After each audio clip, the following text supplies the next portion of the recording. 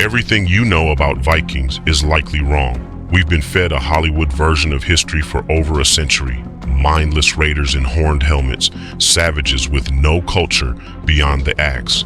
But the truth is actually much more interesting and much more dangerous. Today, we're busting the three biggest myths about the Norse and revealing the lost discovery that proves they conquered the Americas 500 years before Columbus. First, let's talk about the look.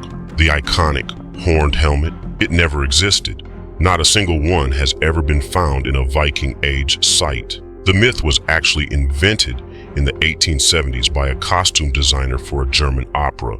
In reality, a Viking in a horned helmet would be a laughingstock on the battlefield. Those horns would just be a handle for your enemy to grab. The real Vikings were actually obsessed with their appearance.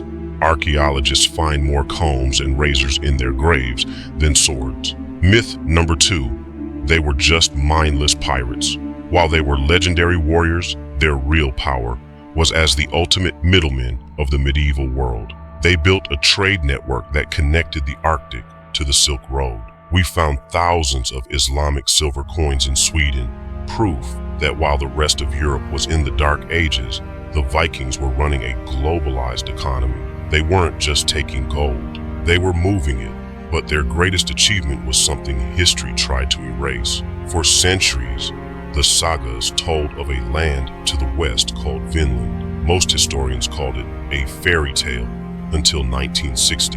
In Newfoundland, Canada, we found Lans aux Meadows, a legitimate Norse settlement. It proves that Viking ships were crossing the Atlantic and colonizing North America half a millennium before the Age of Discovery. They didn't just find a new world, they lived in it centuries before the rest of Europe even knew it existed. The conclusion and the bridge visual, a montage of Viking artifacts. The Twilight of Nations logo fades in. Script, the Vikings didn't vanish.